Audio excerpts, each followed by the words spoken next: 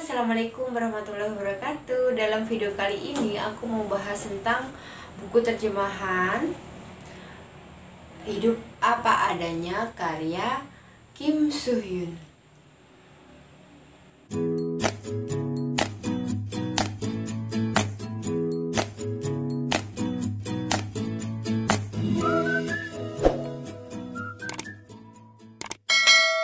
Jadi buku ini Hidup Apa Adanya ini adalah buku terjemahan dari Korea yang kalian bisa tahu sendiri kan kalau Korea itu gaya hidupnya udah tinggi dan tekanan-tekanan itu tinggi sekali untuk penduduknya, dan sering sekali kita dengar kalau negeri Korea Selatan ya ini sering artisnya itu banyak yang terjadi kasus bunuh diri, dan salah satu negara yang mempunyai kasus bunuh diri terbanyak karena hidupnya itu dari sini, dari penulisnya itu ditulis kalau hidup itu monoton, hidup di Korea itu monoton, kemudian hidup di Korea itu harus selalu berempati kepada orang lain, bahkan orang yang tidak kita sukai kita tuh harus baik di depannya gitu. Nah, ini bisa kalian beli di Gramedia, masih ada ya. Jadi di sini banyak sekali gambar-gambarnya. Jadi full color banget, dan ada gambar-gambar yang keren-keren ya. Ini kayak ada ilustrasinya gitu lah ya. Dia Kim Soo Hyun itu seorang wanita ya. Aku kira kalau dia itu laki-laki, ternyata dia seorang perempuan. Tapi aku belum tahu, belum sempat ngecek wajahnya seperti apa. Nah, kalau di bahasa Indonesia kan itu kayak hidup apa adanya, itu kayak hidup gue ya hidup gue, hidup lo ya hidup lo. Emang gue pikirin apa yang diomongkan orang lain gitu loh. Nah, ini seperti juga di Indonesia ya. Dan di dalam buku ini pada dasarnya itu ada nambap ya. Oh iya, kalian bisa beli di Gramedia seharga berapa ya teman? 99.000 Pak. 99.000 aja. Nah, ada nambap. Di dalam buku ini ada nambap. Pertama, agar bisa hidup bersama dengan yang lainnya, kayak gimana bersosialisasi gitu.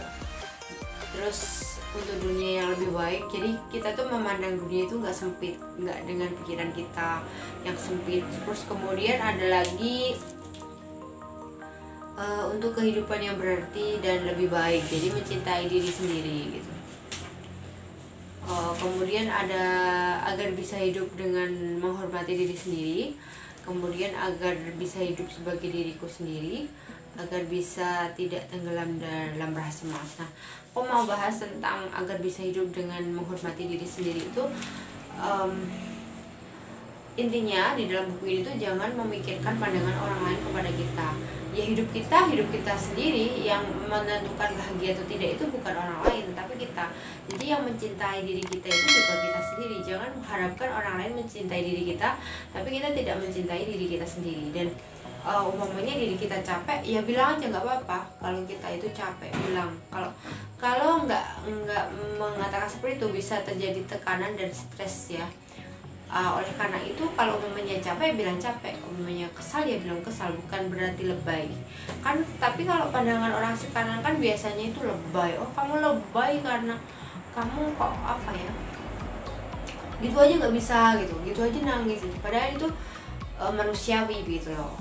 Dan ini kayak pokoknya intinya mencintai diri sendiri, dan jangan membandingkan pencapaian orang lain dengan pencapaian kita. Terus kemudian hidup itu juga bukan tentang angka. Jadi umumnya sering sekali juga di Indonesia juga sering ya, kalau sekolah banding-bandingin nilai, kalau umumnya kuliah banding-bandingin IPK, terus kemudian kalau udah kerja banding-bandingin gaji berapa, terus kalau udah menikah banding-bandingin rumahnya sebesar apa ya. Hidup itu bukan tentang perbandingan gitu loh. Hidup itu untuk hidup lebih baik dan kita jalani, bukan yang terus kita pikirkan. Intinya seperti itu ya. Intinya berbahagia dengan keberadaan diri sendiri, apapun kita bentuknya. Yang intinya gitu, kita harus bersyukur apa yang kita punya. Tapi sebenarnya ini penulisannya agak, kalau umpamanya di Indonesia kan itu agak aneh gitu ya terjemahannya. Jadi ini kan buku terjemahan, jadi agak aneh kalau seperti membacanya itu kok gini ya, kayak kaku gitu loh ya. Terjemahannya kayak kaku gitu. Terus kemudian terus ini yang paling aku suka dalam buku ini tuh agar tidak tenggelam dalam rasa cemas. Jadi hidup itu bukan cuma dipikirkan di dalam otak kita gitu. Hidup itu tidak seseram apa yang kita pikirkan benar nih. Dan hidup itu dijalani aja gitu. Terus kemudian jangan berpikir kalau masalah itu cuma ada di kamu, padahal semua orang itu punya masalah. Jadi kalau menghadapi masalah itu jangan difikirkan masalahnya, tapi difikirkan gimana caranya kita untuk keluar dari masalah itu gitu loh. Jangan terus berlarut-larut memikirkan masalah aja tapi nggak memikirkan solusinya, itu nggak ada gunanya gitu. Terus kemudian ini ya,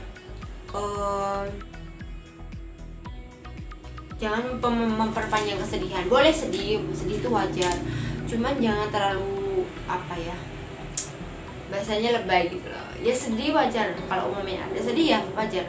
Kalau kamu capek bilang capek, tapi kan tidak selalu dikit-dikit capek, dikit-dikit ngeluh gitu, jangan. Terus beranilah dalam memutuskan suatu hal. Jadi di Korea itu kadang juga masyarakatnya itu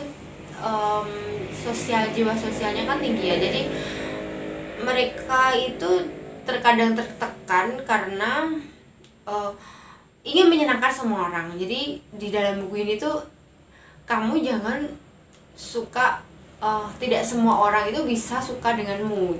Ada orang yang nggak suka denganmu, nggak apa-apa. Yang penting kamu itu menjadi versi yang lebih baik dari kamu sendiri gitu loh. Intinya di Korea itu kayak lingkungan sosial itu lebih penting daripada rasa diri kita sendiri. Kita sakit nggak apa, yang penting lingkungan nggak sakit. Itu kan yang menambah tingkat kecemasan dan tekanan di dalam diri kita, dan akhirnya muncullah banyak sekali di Korea itu kayak bunuh diri itu. Ada loh, aku kemarin juga pernah baca artikel kalau umpamanya nilainya jelek dari temennya itu, mereka langsung ada yang langsung bunuh diri gitu, karena pencapaian mereka itu kok rendah banget gitu. Dan di buku ini juga ditulis kalau orang Korea, orang Cina, orang Jepang dan orang Hungaria itu tingkat kebahagiaannya rendah karena mereka terlalu kayak robot, hidupnya kayak robot, kayak terus-terusan kayak robot gitu. Padahal untuk mencapai hidup bahagia kan tidak selalu yang monoton gitu, tidak selalu melihat pandangan orang lain kalau kita baik gitu. Kita kan ya manusiawi, ada jahatnya ada buruknya, nggak selalu kita baik gitu. Dan kita nggak selalu semua orang itu suka pada kita gitu, nggak harus gitu. Tapi mereka kayaknya itu terlalu memasang target yang tinggi untuk hidupnya, dan itu tidak sesuai dengan ekspektasi. Makanya tingkat kebahagiaannya orang Korea Selatan itu rendah daripada tingkat kebahagiaan orang-orang di dunia. Contohnya Indonesia, orang muridku aja ya umumnya nilainya jelek ya udah nggak apa-apa gitu. Yang intinya kan nilai itu bukan segala-galanya gitu, tapi mereka nggak bisa menerima seperti itu karena prestis dan pengakuan sosial itu lebih penting. Sebenarnya juga di Indonesia juga seperti itu, cuman kalau aku baca di buku ini itu kayak ekstrim banget itu. Pokoknya pengakuan sosial, pengakuan orang lain itu penting bagi mereka, nomor satu. Jadi harus pinter, harus jadi yang nomor satu. Jadi mereka tuh nggak bisa santai hidupnya. Dan di dalam buku ini tuh ya udah, hidupmu tuh santai aja lah, nikmatilah aja gitu. Umumnya kamu gagal ya udah coba lagi, jangan meratapi kegagalan terus menerus, karena kegagalan yang diratapi itu buat apa? Yang sudah terjadi ya udah, kita harus lebih baik, maksudnya melakukan hal yang terbaik. Kegagalan itu digunakan untuk pelajaran aja, jangan untuk diratapi kayak gitu ya. Terus kemudian ada kata-kata yang bagus menurut aku. Tragedi terbesar dalam kapitalisme terjadi karena talenta yang tidak bernilai uang dianggap tidak berharga sama sekali. Jadi kayak talenta pintar mendengarkan orang, mendengarkan keluh kesah orang, terus kemudian talenta yang kayak nggak ada nilai ke uangnya itu nggak dihargai karena mereka itu hidup di dalam kapitalisme. Dan untuk mereka juga naik kelas, umpamanya dari kelas menengah ke kelas atas itu kalau di Korea Selatan karena tingkat ekonominya sudah tinggi itu sulit sekali gitu loh. Jadi menurut aku ini keren dan kalian harus baca ya. Nah ini juga bagus ini quotesnya. Aku masih menyayangi diriku dan terus mengharapkan kebaikan untuk diriku sendiri.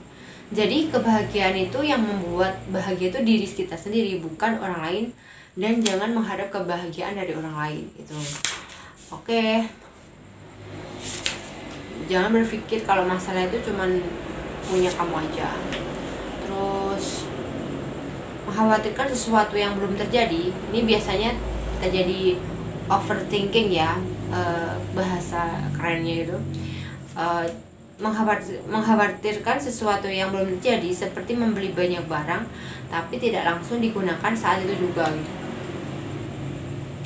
Nah terus kemudian rasa cemas yang melanda dari orang-orang itu merupakan produksi dari pemikiran yang tidak rasional dan teramat negatif. Jadi rasa cemas yang kita derita gitu itu adalah produksi dari otak. Jadi ini lebih ke buku psikologi ya daripada buku-buku motivasi. Ini lebih ke psikologi, tapi di sini tulisannya pengembangan diri ya, psikologi itu ya, lebih ke psikologi. Jadi dia baca banyak buku dan dia itu ingin menulis kalau hidup itu tidak cuma kaku seperti robot, tidak cuma memikirkan angka, tidak cuma memikirkan yang nggak penting. Kalau mamanya sesuatu yang nggak terlintas di pikiranmu itu jangan, kalau terlintasnya cuma sebentar jangan kamu pikirkan terus-terusan gitu loh.